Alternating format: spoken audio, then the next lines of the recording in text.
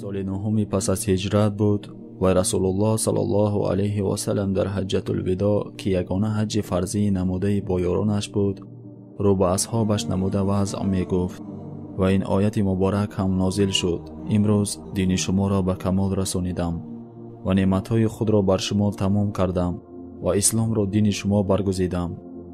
ابوبکر صدیق خدا از او راضی باد چون این آیت به گوشش رسید به گریه آمد و به او گفتند: چه چیزی تو را به گریه آورد ای ابوبکر؟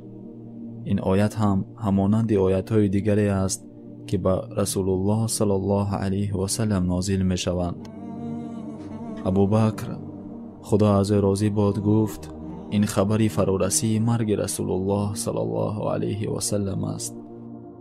رسول الله صلی الله علیه و سلم به سوی مدینه برگشت و 9 روز قبل از وفات بود که آخرین آیت از قرآن نازل شد: از آن روز که به سوی خدا باز می گردید بیمناک باشید. هر کس را پاداش عملش به پرگی داده می شود و ستم نمی بیند. پس از نزول این آیت مبارک بود که اثر رنجوری و دردمندی در چهره رسول الله صلی الله علیه و سلم هویدا گردید و گفت: میخواهم به زیارت شهیدان احد بروم. صلی الله علیه و سلم به سوی آرامگاه شهید گشتگان غزوه احد رفت و بالای قبرهای یاران شهیدش ایستاد و گفت: سلام بر شما ای شهیدان احد، شما از ما سبقت کرده اید و ما هم با خواست خدا به شما می پیوندیم و من هم به نزد شما می آیم. و چون او صلی الله علیه و سلم از نزد شهیدان احد باز می گشت، از چشمانش اشک جاری گشته به گریه آمد. یارانش گفتند: یا رسول الله، چه چیزی شما را به گریه آورد؟ گفتند: پزمان برادرانم شدم. گفتند: آیا ما برادران تو نیستیم یا رسول الله؟ گفت: نه، شما صحابگان و یاران من هستید، اما برادرانم قومی هستند که پس از من می آیند و به من ایمان می آورند در حالی که مرا ندیدند. پس از گذشت 6 روزی از رنجوریش باز بیماری و دردمندیش بیشتر گردید که آن زمان در خانه همسرش میمونه خدا از او راضی باد بود و گفت: همسرانم را به نزدم بخوانید. همسران گرامیش همه گرد او صلی الله علیه و سلم جمع آمدند و از آنها خواست تا اگر ملال نباشد روزهای بیماریش در حجره همسر خردیش عایشه خدا از او راضی باد باشد.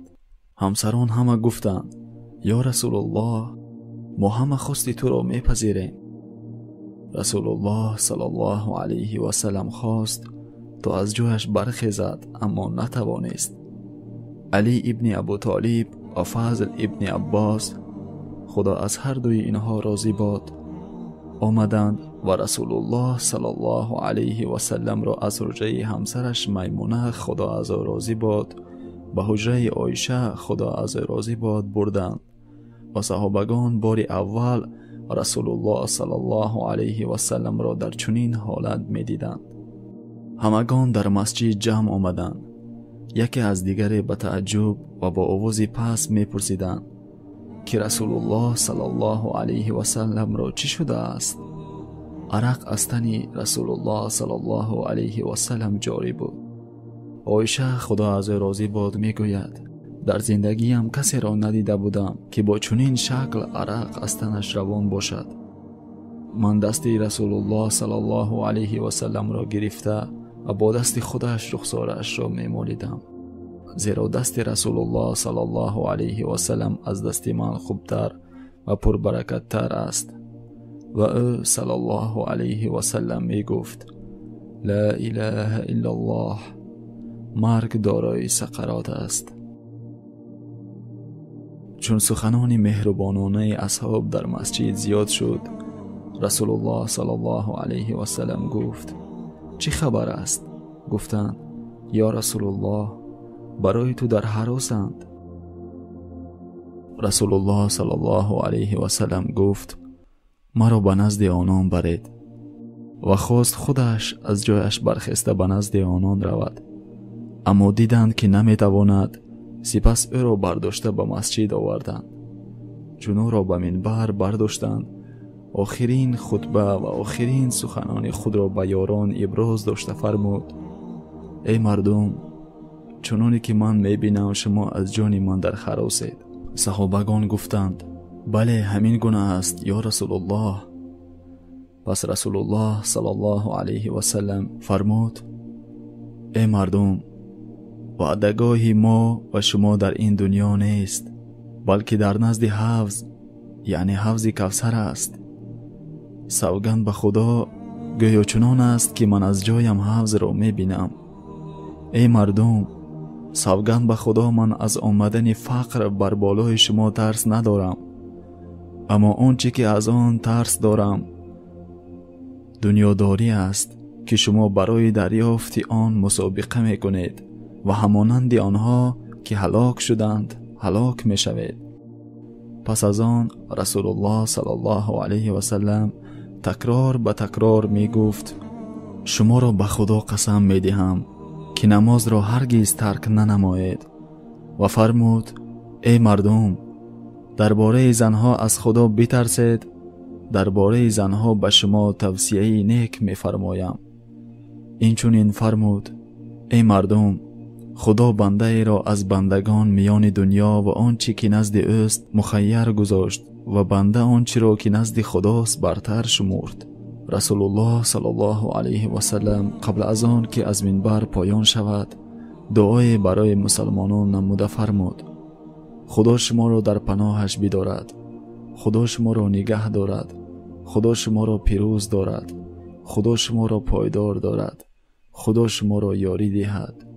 و در پایان سخنش فرمود: ای مردم، هر کسی از امتم را که تا روز قیامت از من پیروی می کند سلام و درود مرا بر او برسانید.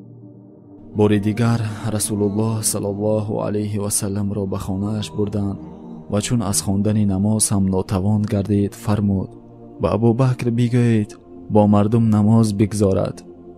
عایشه خدا از راضی باد گفت: یا رسول الله، ابوبکر مرد دل نرم است و صدای پست دارد و وقت قرآن میخواند زیاد گریه میکند. رسول الله صلی الله علیه و سلم فرمود: باید به مردم نماز بگذارد.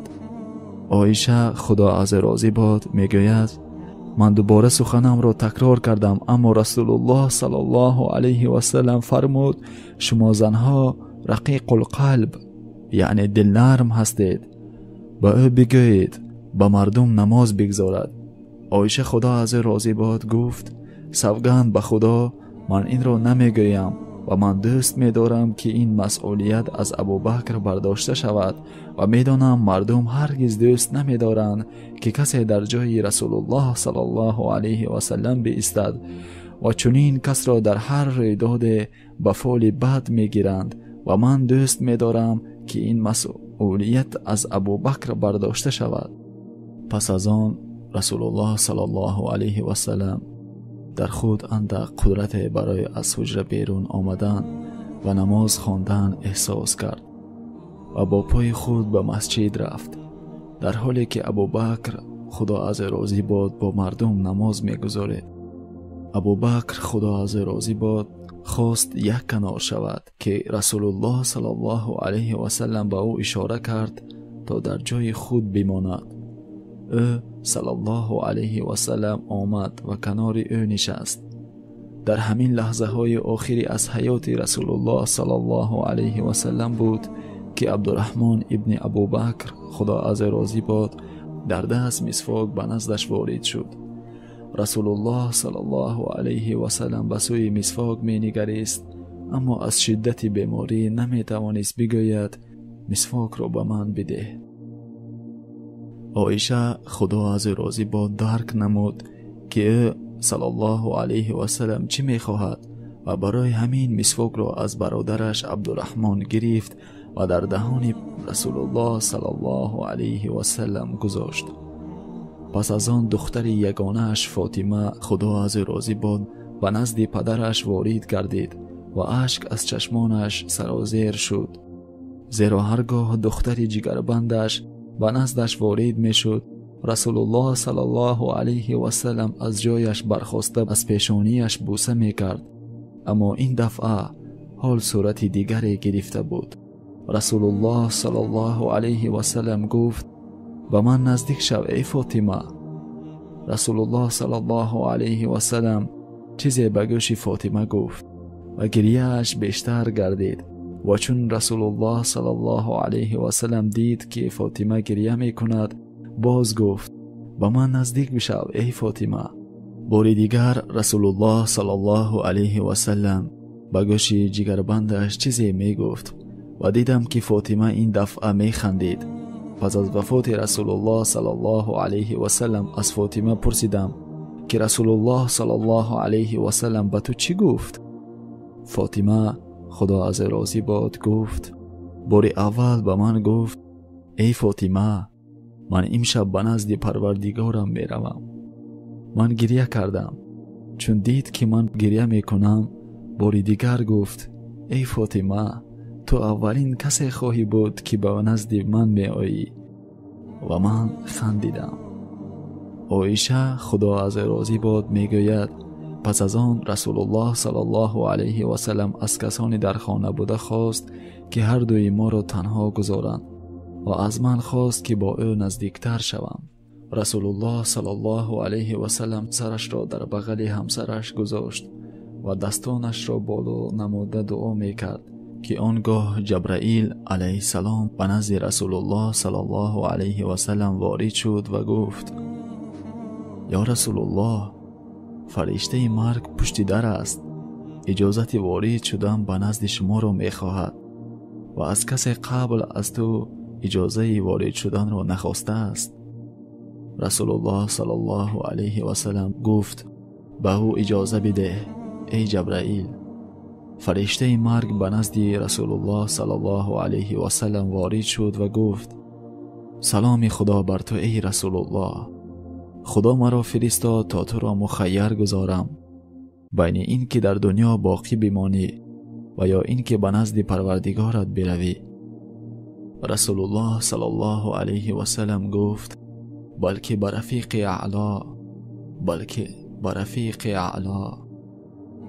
پس فرشته مرگ در نزد رسول الله صلی الله علیه و سلم نشست و از روح پاک محمد ابن عبدالله خواست تا به سوی رضای پروردگارش از تن رسول الله صلی الله علیه و سلم بیرون شود.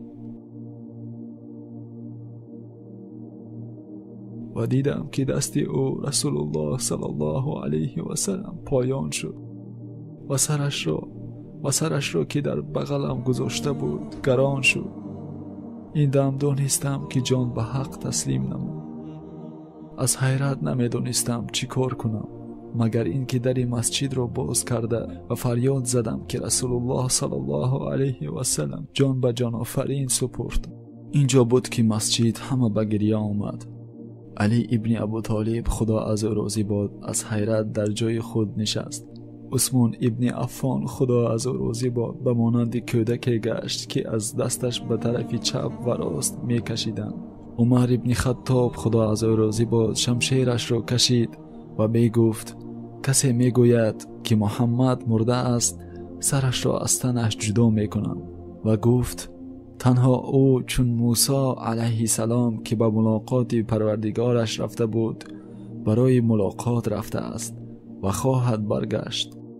اما چون ابوبکر خدا از راضی باد به نزد رسول الله صلی الله علیه و سلم وارد شد، چادر را از روی ایشان یکسو کرد و او را به آغوش گرفت و می گفت: ای خلیل خدا، ای صفی خدا، ای حبیب خدا، ای نبی خدا، بعد از این دیگر مرگ را نخواهی چشید.